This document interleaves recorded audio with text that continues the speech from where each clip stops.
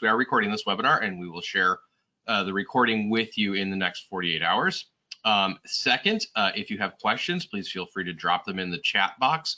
We should have a few minutes for Q&A at the end of this. Today, I'm joined with my colleague, Stephen Cook. Stephen, if you'd like to give yourself an introduction. Good morning, good afternoon all. Stephen Cook, Vice President of Validation and Compliance with Compliance Group. So I've led the delivery team at Compliance Group that has helped transform a lot of organizations to leaner validation practices. Maybe you want to call it CSA, maybe you don't. The idea is about increasing your cycle times, lowering your cost associated with validation. We've helped 20, 30 plus clients now move to CSA. I've been in the industry for about 25 years, and I'm one of those people that always would challenge and try to think outside of the SOP. Can you think outside of the SOP? Because your SOP should be a framework, and then how do you achieve what the business needs? Thanks. And as I said, I'm Jonathan Meuzelaar, Director of Technology Solutions. I am here at Compliance Group, coming from a background very deep in IT and IT quality compliance. Have been managing, delivering, and working with ALM systems for 20 years of my career, helping validate everything from very small Category 3 systems up through SAP and other ERP systems. I take the output of what Stephen does with policies and procedures and processes and find ways to use tools to help businesses recognize their goals faster. I've got a deep passion for using IT solutions to help businesses solve business problems, and specifically in the compliance area. So he and I today will be talking about Agile and how that fits within the CSA framework, and how Siemens Polarion can help recognize some of the gains that can be brought about by this. So Stephen, before we start on this slide, maybe you could just talk a little bit about what you've seen with companies and validation in an agile manner, or in a just validation overall. We've been pulled into a lot of companies, particularly for Agile, and it's often that they want to move towards Agile, or they attempted to move towards Agile on their own and they overcomplicated it. So Agile works very well within our industry, but remember, we're not software development houses. So there are some adaptations and some better practices for us to do in life sciences when using Agile methodology. The worst example I've seen was Agile that was treated as waterfall sprints, right? So you did a waterfall sprint, you got everything approved, you did your testing, you moved on to your next sprint, you did waterfall again. It really is not a good approach. You're going to end up with version 17 of your user requirement by the time you go live. You added a ton of complexity, time, and cost to the project. Right. We refer to that as, I refer to that as water fragile. But so why not Agile? So like you said, many organizations want to move faster and adopt an Agile methodology for delivery of IT projects, but they really do struggle with how do you do that with a validated system. On the surface, Agile seems to be opposed to the concept of validation, with the implied need to create, review, approve all of your deliverables. Like you said in your example, 17 versions of a user requirement spec by the time they finally got things done. And so there's clearly some challenges. So the challenges that I've seen when talking to various customers and companies is first, that waterfall is working for us. The if it's not broke, don't fix it approach. Waterfall has, quote, worked for many companies, and there's no internal desire to change. Change involves a new mindset, new processes, new tools, and let's face it, change can be scary.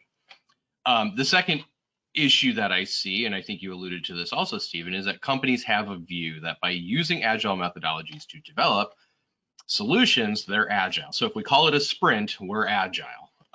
What they do is they end up hitting the brakes at the end of a PI to do traditional waterfall validation, or they do, very mini waterfall sprints. That's not truly an Agile approach in ensuring that the solution is validated as it is developed and delivered. And then the other problem that I see frequently, that we see frequently, is quality says no. And I say this having worked in quality for many years of my career. Quality organizations feel distinctly uncomfortable with some of the Agile concepts, such as user stories and features, and therefore prefer to strictly follow a traditional V model with the phased gated approvals and document-based deliverables that are viewed as immutable.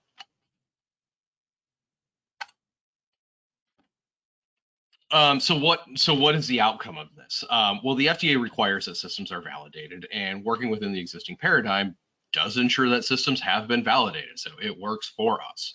But there's a few issues with this approach that we see. So, apologies, my mouse is going crazy. So if an organization is using an agile approach to development, quality is not generally embedded as part of the development. They're blind to the development activities. This is kind of a natural outcome of the waterfall approach. There's the design and development phases, and then quality gets called in to approve things. When a problem is discovered by quality, it throws the entire delivery into chaos and upsets timelines. And I know most people on this call have seen that happen. You get to the end and all of a sudden, oh, we have to do all of this stuff yet.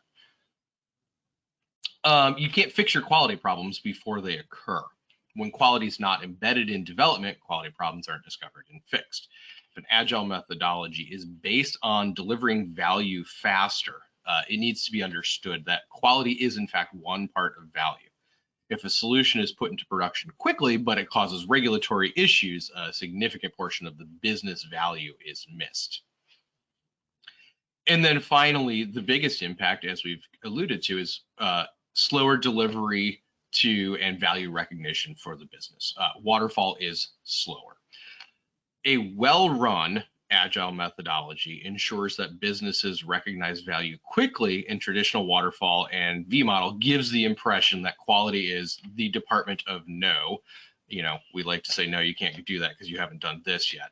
And that it's mostly just a roadblock to maneuver around before you can start recognizing that value.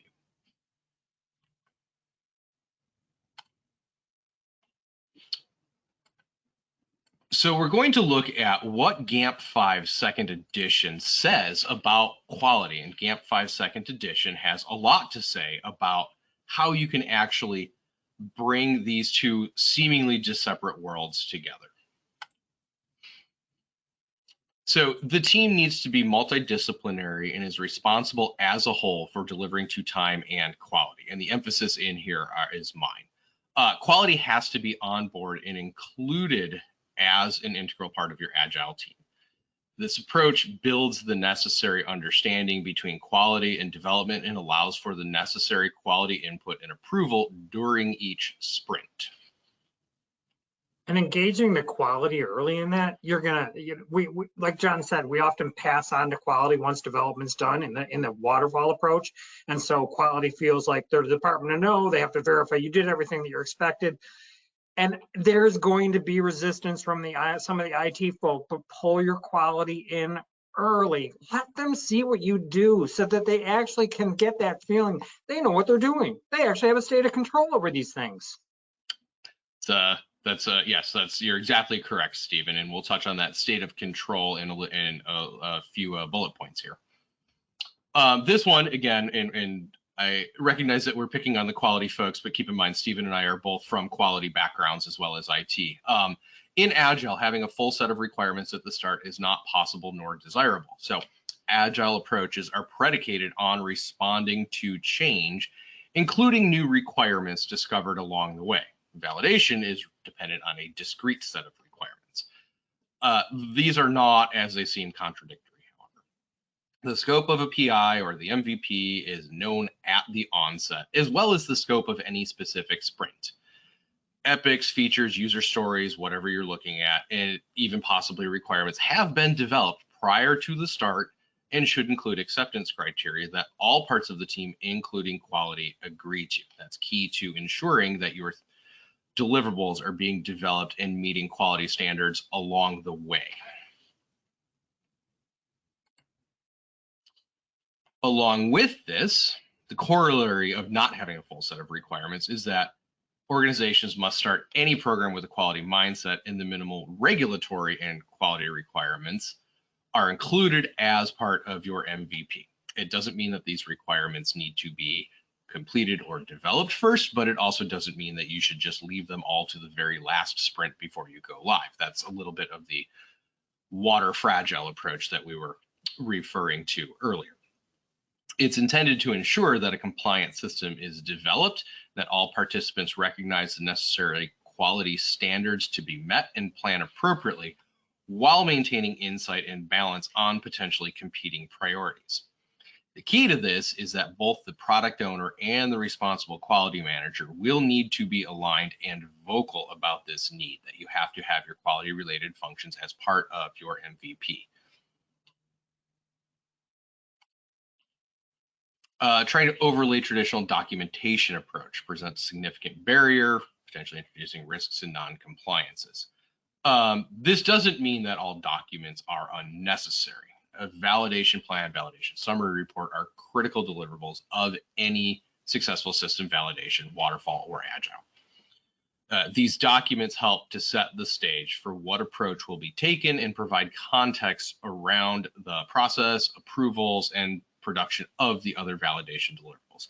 Use these documents to describe exactly how validation is being performed as part of your agile process.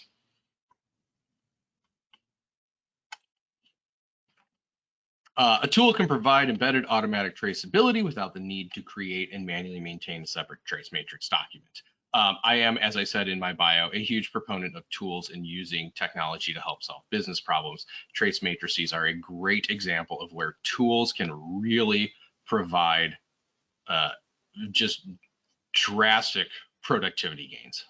Nobody does paper-based agile. Nobody has a sprint plan that they've written down on paper. If you're using Kanban boards, maybe you are still using sticky notes, but you're likely using a tool.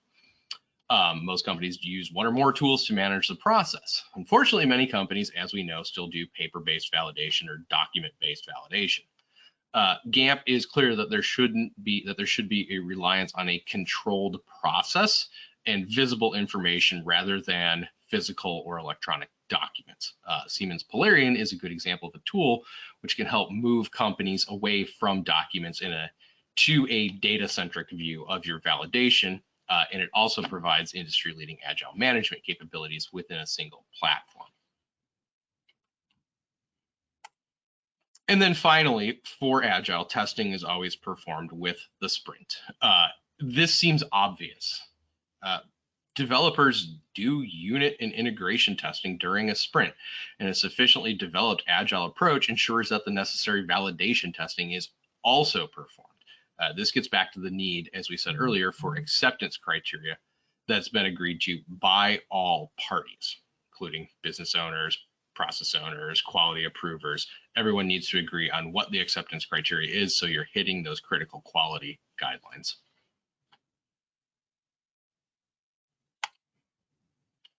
So how does this fit with CSA? And Stephen, if you wouldn't mind, give a little bit of a background on CSA just for people who may not be as familiar with the term. Yeah, and this isn't a CSA webinar, so we're going to go through this quickly. First of all, trust your vendors. Verify through a technology vendor audit or some type of ISO certifications that they have. Secondly, take credit for what you're doing in development. This is core to what John's talking about here in an agile methodology.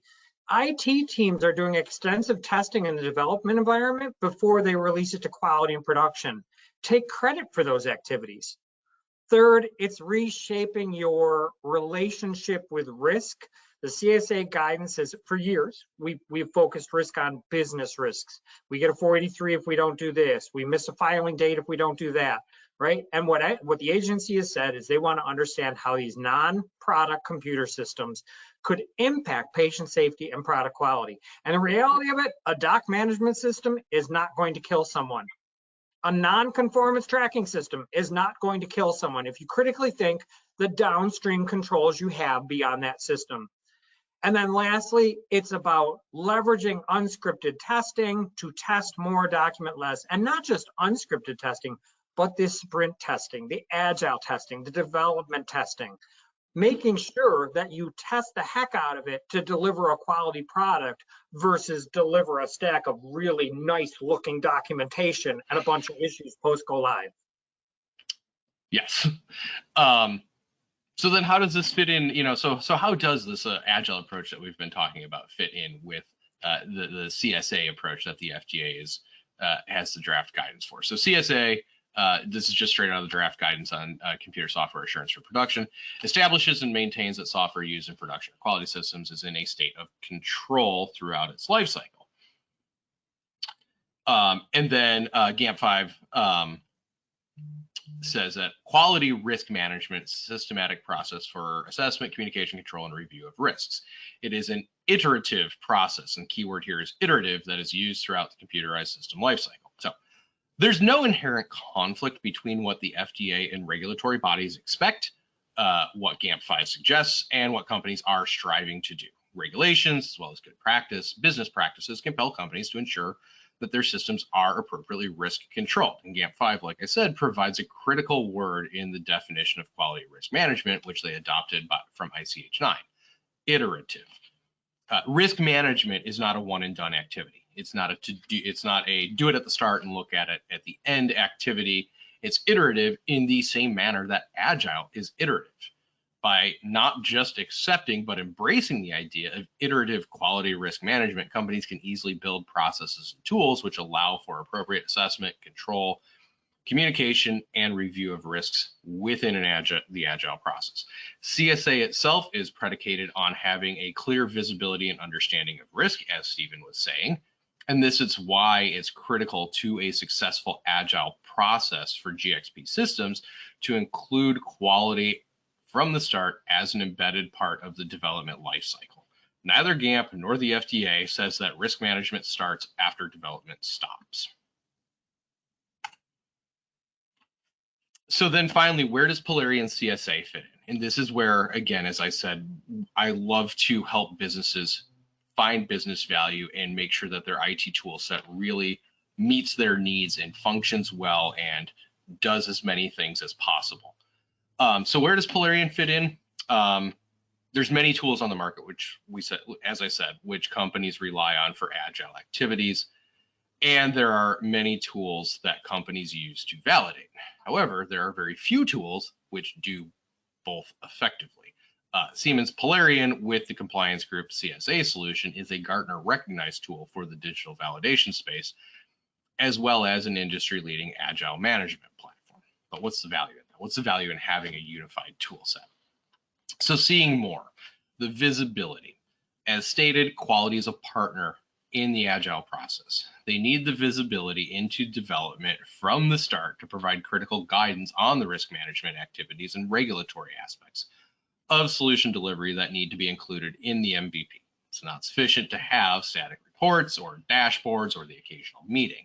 Having all the information available in a single place is critical to the iterative nature of Agile and validation and iterative quality risk management. Responding better. So if all parts of the team have better visibility, they can respond better. Does a design decision need to be revised based on risk? Do user stories have the appropriate level of testing associated with them? As Stephen said earlier, are you over testing? If you're testing the living daylights out of something that was delivered from a qualified vendor, you may be over testing.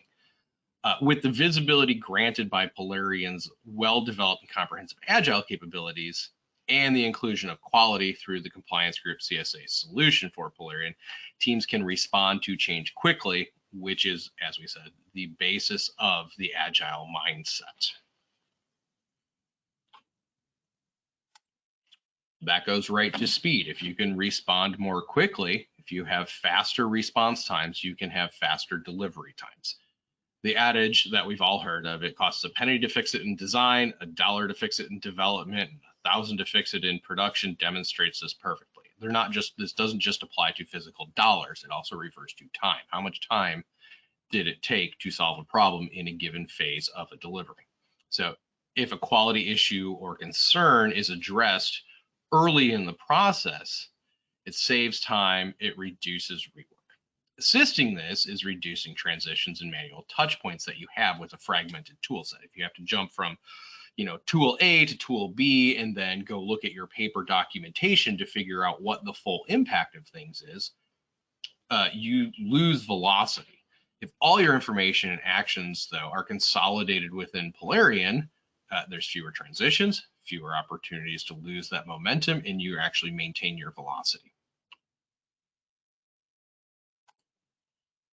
And then finally, understand compliance, the comprehension, understanding how a given system was developed in a compliant manner. So again, with the visibility, response, and speed gains from using Polarion, companies and regulatory bodies can comprehend the end-to-end quality approach taken, who approved that user story, what testing was done, who signed off on that testing, how did the team risk assess for a given function, and how did that advise future actions or future deliverables. So an integrated solution that includes validation considerations and deliverables is key to showing control. Document-based validation systems, and even fragmented tool sets cannot do this. So, Stephen, I want to pause here. If you have anything you'd like to add, if you've seen any sort of issues with trying to do things on paper, or any other gains that you can talk about that companies have realized. Yeah, it's really hard to do Agile, particularly on paper. How do you assess the impact of the prior delivered requirements? How do you assess the impact of each sprint? What type of regression testing do you need to do? Paper is just inefficient, and it's astounding how many of these large organizations out there are still stuck on and embedded in paper-based documents, and they think it's electronic because they route it through their doc management system, but you're still paper. Yes.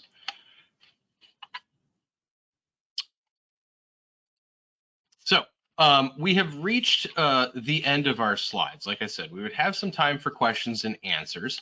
I would like to say that this has been a little bit of a teaser. We will have Compliance Group, and specifically myself, will be hosting another webinar in September where we go a little more into Polarion itself to show how it can help with this. What are some of the things that Polarion really does bring to the table to help with Agile, and go do a more in-depth review of the Agile process. But if there have been questions in the chat, we'll take some time to answer those now.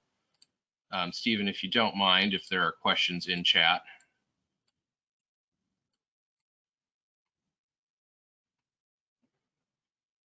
You are on mute, sir. Bob, now, are you seeing questions? I'm not seeing questions.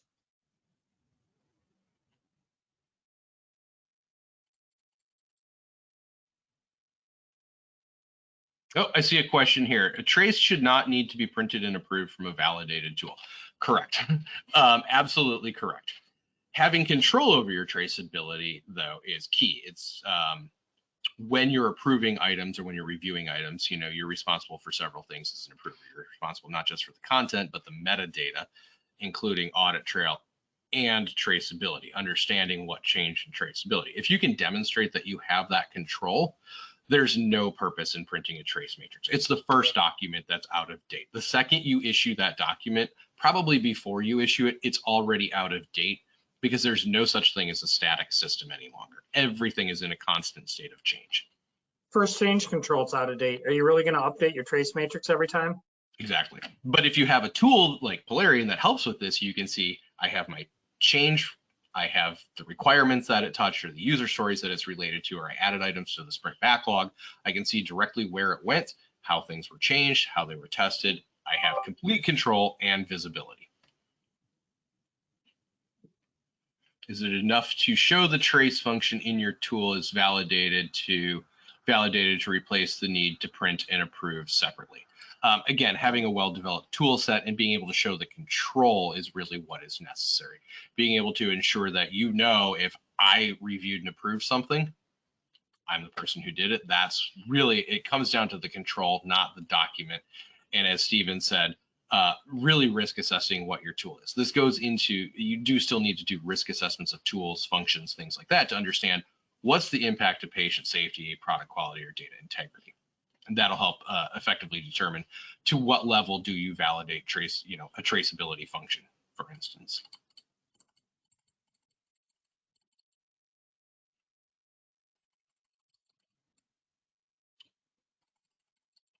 Two questions. I'm going to take one. I'm going to take them a little bit out of order. So when you are tracing to vendor documents, are you adding that manually to your trace?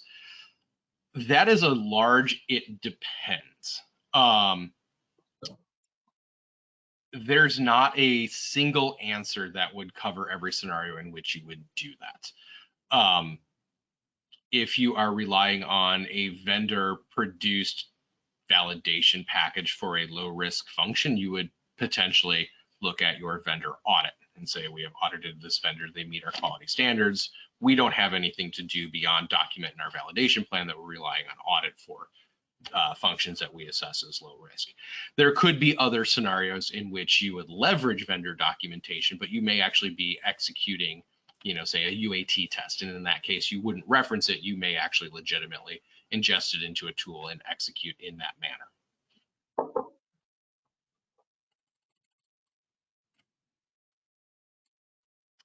Okay, so can we talk about acceptance criteria, as we mentioned before? Acceptance criteria for any user story, whatever, even requirements. Acceptance criteria is your definition of done for that. How do you know it's done?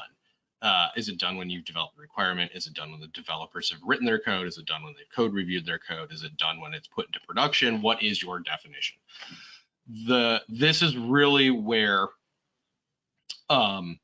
having quality embedded is critical, because quality is going to be interested in saying it's done when we've tested it, when our tests have passed, when we've resolved our defects, and when we know it doesn't just work from a, I call it front end user perspective, but we've taken care of the quality aspects. So the definition of done for an overall like MVP or something like that is going to include, do we have training material to develop? Do we have our training plan developed? Do we have all of our support and maintenance procedures in place? Acceptance criteria for a given user story could be, we've developed or updated the IQ tests or automation suite we use to deploy this. We have done our unit and integration testing. We have a UAT test associated with this that's been run or that we know will be run in the next sprint, something along those lines. So that's where it's this handshake between quality and delivery, or in development, sorry, to really come to an agreement on, for any given function or user story or whatever, what have you, what does it really mean to be done? Some of them are non-quality impacting functions, and quality is going to say, see you guys, you do it according to the business and we don't need to be involved. And then there are the others where they will need to have very defined criteria. All right, we do have 1 minute left. So there was a question